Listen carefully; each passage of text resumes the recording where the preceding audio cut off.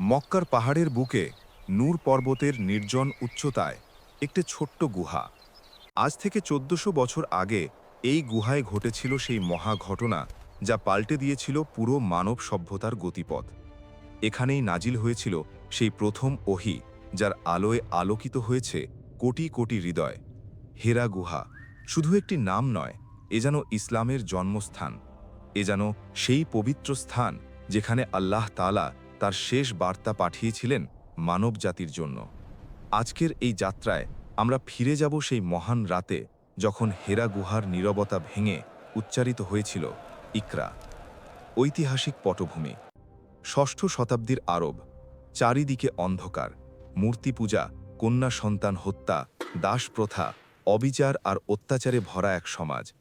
কাবা শরীফ, যা ছিল ইব্রাহিম আলাইহিসসালামের তৈরি তাওহীদের প্রতীক, সেখানেই রাখা হয়েছিল ৩৬০টি মূর্তি। মানুষ ভুলে গিয়েছিল তাদের প্রকৃত স্রষ্টাকে। এমন এক অন্ধকার যুগে জন্ম নিয়েছিলেন মুহাম্মদ ইবনে আবদুল্লাহ সাল্লাল্লাহু আলাইহি ওয়াসাল্লাম। শৈশবেই তিনি হারিয়েছিলেন পিতামাতাকে। বেড়ে উঠেছিলেন দাদা আব্দুল মুত্তালিব এবং চাচা আবু তালিবের তত্ত্বাবধানে। তার সততা, সত্যবাদিতা আর বিশ্বস্ততার কারণে তিনি পরিচিত হয়েছিলেন আল আমিন নামে। কিন্তু মুহাম্মদ সাল্লাল্লাহু আলাইহি ওয়াসাল্লাম ছিলেন ভিন্ন প্রকৃতির। তিনি কখনো মূর্তি পূজা করেননি, কখনো অন্যায়ের সাথে আপোষ করেননি। ৪০ বছর বয়সে পৌঁছনোর আগেই তার অন্তরে জাগতে শুরু করেছিল গভীর এক আধ্যাত্মিক তৃষ্ণা। মক্কার কোলাহল, মূর্তি পূজা আর অসত্যের সমাজ থেকে তিনি খুঁজতে লাগলেন নির্জনতা। তিনি জানতেন না তাকে কি খুঁজতে হবে, কিন্তু তার হৃদয় আকুল ছিল সত্যের জন্য। এভাবেই তার দৃষ্টি গেল নূর পর্বতের দিকে, আর সেখানে অবস্থিত সেই নির্জন গুহার দিকে, হেরা গুহা। হেরা গুহা মক্কা থেকে প্রায় ৩ মাইল দূরে জাবালে নূর বা নূর পর্বতের চূড়ার কাছে অবস্থিত এই ছোট্ট গুহা। এর উচ্চতা প্রায় ২০০০ ফুট।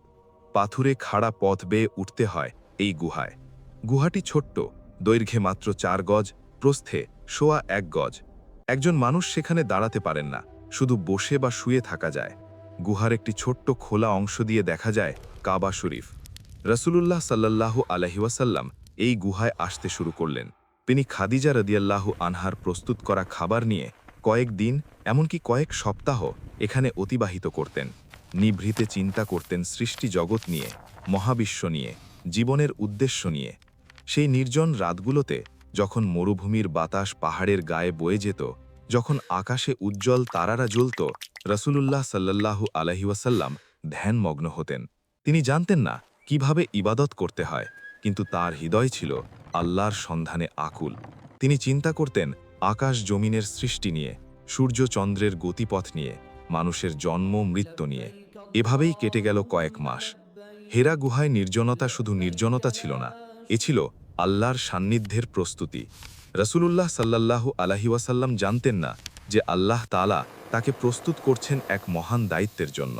তার এই ইবাদত ছিল স্বতঃস্ফূর্ত, ছিল হৃদয়ের গভীর আকাঙ্ক্ষা।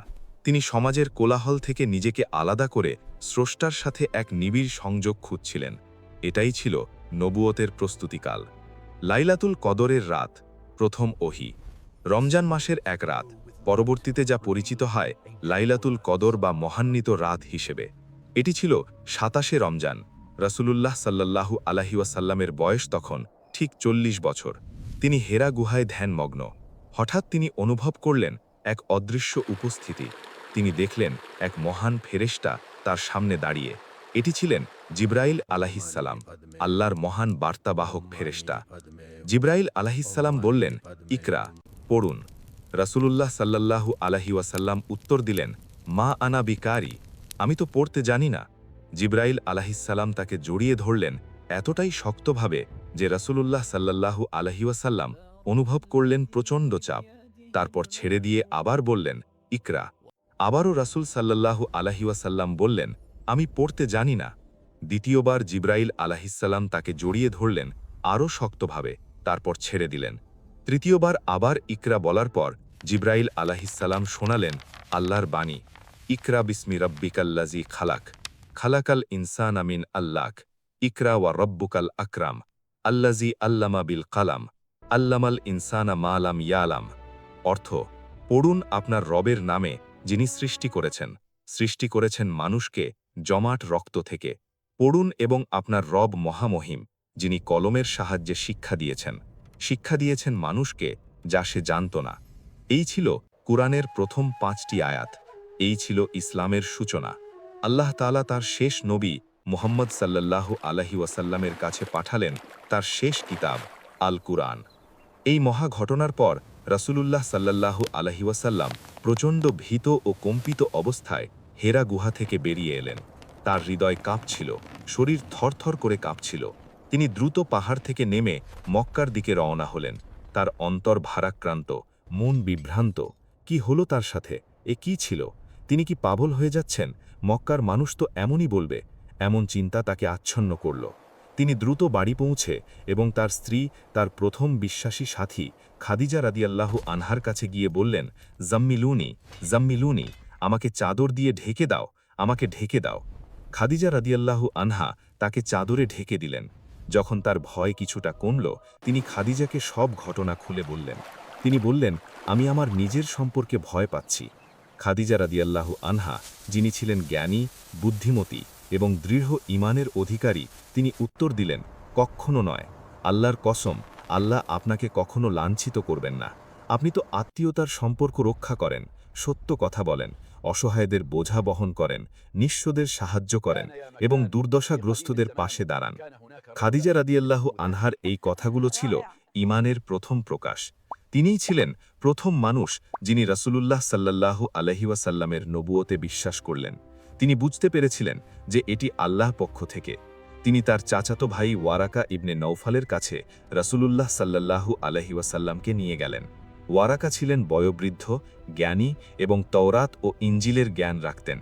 রাসূলুল্লাহ সাল্লাল্লাহু আলাইহি ওয়াসাল্লাম যখন হেরা গুহার ঘটনা বললেন, ওয়ারাকা বললেন, এ তো সেই নামুস যিনি মুসা আলাইহিসসালামের কাছেও এসেছিলেন।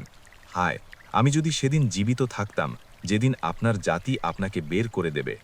রাসূলুল্লাহ সাল্লাল্লাহু আলাইহি ওয়াসাল্লাম অবাক হয়ে জিজ্ঞেস করলেন, তারা কি আমাকে বের করে দেবে? ওয়ারাকা বললেন, হ্যাঁ, যিনি আপনার মতো কিছু নিয়ে এসেছেন তার সাথেই শত্রুতা করা হয়েছে। এরপর কিছুদিনের জন্য ওহী আসা বন্ধ হয়ে গেল। এই সময়টিকে বলা হয় ফাতরাতুল ওহী বা ওহীর বিরতিকাল। এই সময়ে রাসূলুল্লাহ সাল্লাল্লাহু আলাইহি ওয়াসাল্লাম অত্যন্ত দুশ্চিন্তাগ্রস্ত ছিলেন।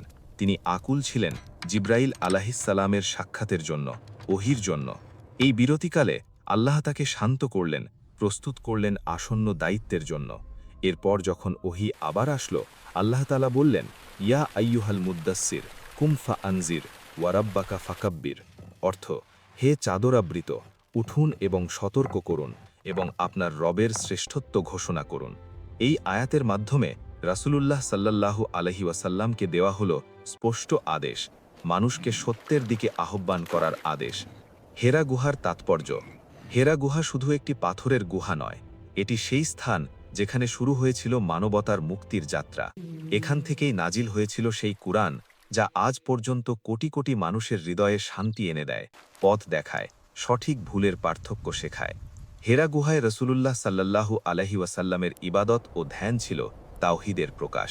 তিনি মক্কার মূর্তি পূজার যুগে আল্লাহর সন্ধান করেছেন।